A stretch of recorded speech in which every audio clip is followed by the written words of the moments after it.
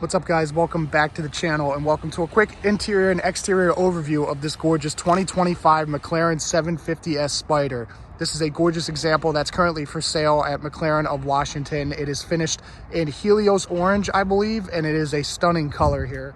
The base MSRP of this car was right around $360,000. This one is optioned all the way up to $421,000. The primary of which options are this paint right here and a couple interior selections that we'll get to here in a second. Since I don't have too much time, I can't go through every option of this car, but if you guys are unfamiliar, the 750S is the sort of replacement, if you will, for the McLaren 720S that was unveiled back in 2017. This is one of my favorite supercars on the market right now. As you can see, the styling is very controversial, if you will. You can see you have these huge openings right here for the headlights. Obviously, this was a trademark of the 720S when it was unveiled. They serve as functional, obviously, air inlets. Also for the 750S up here, you can see the full 360 camera with the front view right in the center there. You also have a painted front bumper and a slightly revised one compared to the 720S. Up front, you'll find 19-inch rims. These are the standard 10-spoke turbine wheels, I believe. They are 245 front section tire. You can see the huge carbon ceramic brakes right there. I believe those are standard on the 750S.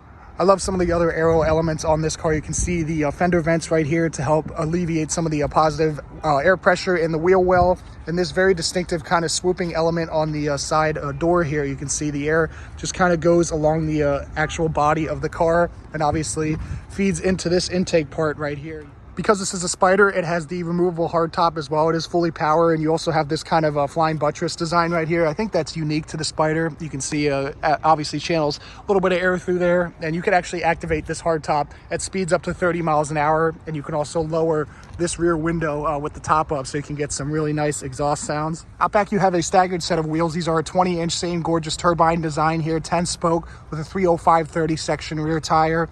This is one of my favorite elements of the car as well. I believe the 750 borrowed this kind of extended rear wing from the previous 765 LT.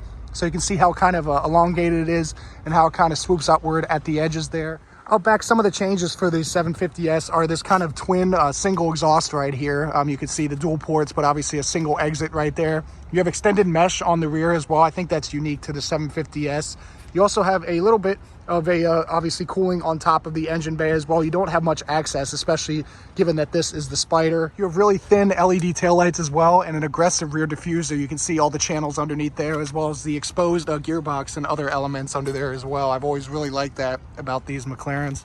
Hidden under the soft top and some of these cooling elements is the 4-liter twin-turbo V8, and the 750S, as its name suggests, makes 750 horsepower and around 590 foot-pounds of torque. It's connected to a 7-speed dual-clutch automatic transmission. All of these 750Ss are rear-wheel drive, and with that launch control mode, 0 to 60 is in the high 2-second range, and top speed is well in excess of 210 miles an hour. Curb weight for the 750S is also extremely light due to that carbon fiber tub. It weighs right around 3,100 pounds, which makes it hundreds of pounds lighter than maybe like an SF90 or a Revelto or something like that. So really props to McLaren for making this thing so light and dynamic. To open the front trunk on the 750, because we have the interior unlocked here, we'll go ahead and press this button right here. And as you can see, there's no latch or anything, so you can just come around to the front here and just stick your hand underneath and lift up. Up front, you have around 5 cubic feet of total storage, which isn't half bad, actually. You can fit quite a few overnight bags in here. It does go down pretty deep as well. You can see this one is filled out with a bunch of accessories that would come with the car, like these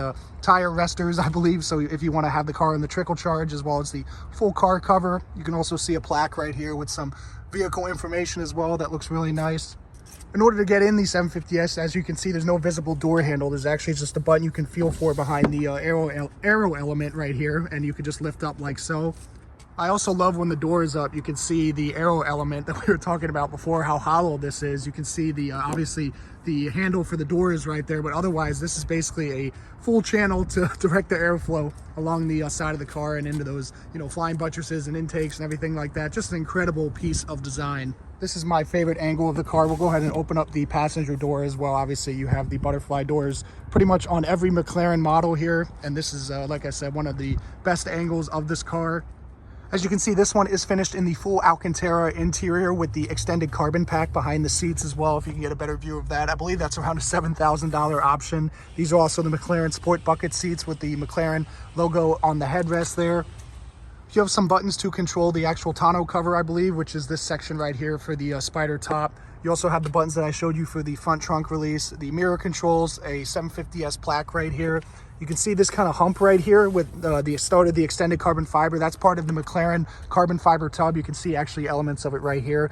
That's one of the signature elements of McLaren's that pretty much all of their models offer. Once you manage to get yourself in, obviously the clearance is a little tight with the butterfly doors, but it is very comfortable in here. You actually have a nice view outside. The hood is actually very short, if you will, and drops down nicely, so you have good visibility in the front. You can see some of the additional carbon fiber for the carbon fiber tub, like I said.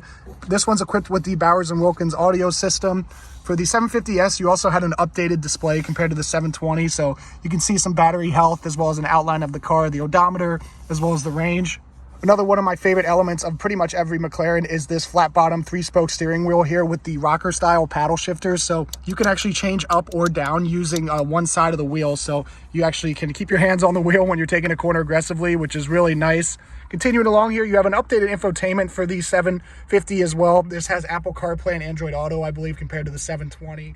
You have a couple other buttons on the left side of the screen here. You have Aero, I believe, which extends that rear wing. You have a McLaren Dynamic mode. I think this is the new mode for the 750S here. Launch control, obviously. One thing I also like is that the volume knob here is in the shape of the McLaren Technology Center where this car is built. You also have a color-matched engine start-stop button, which looks really nice.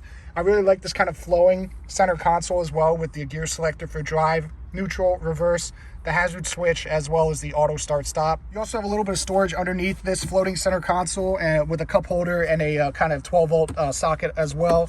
You also have a little bit of storage in the center console here as well, and you can see there's some just some paperwork in there. Nice stitching with Alcantara all along this section as well.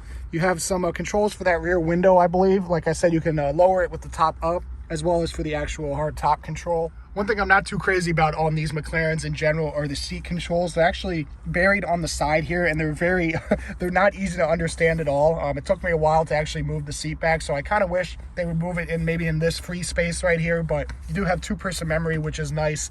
Here's the window sticker. You guys can pause and take a look at that if you're interested.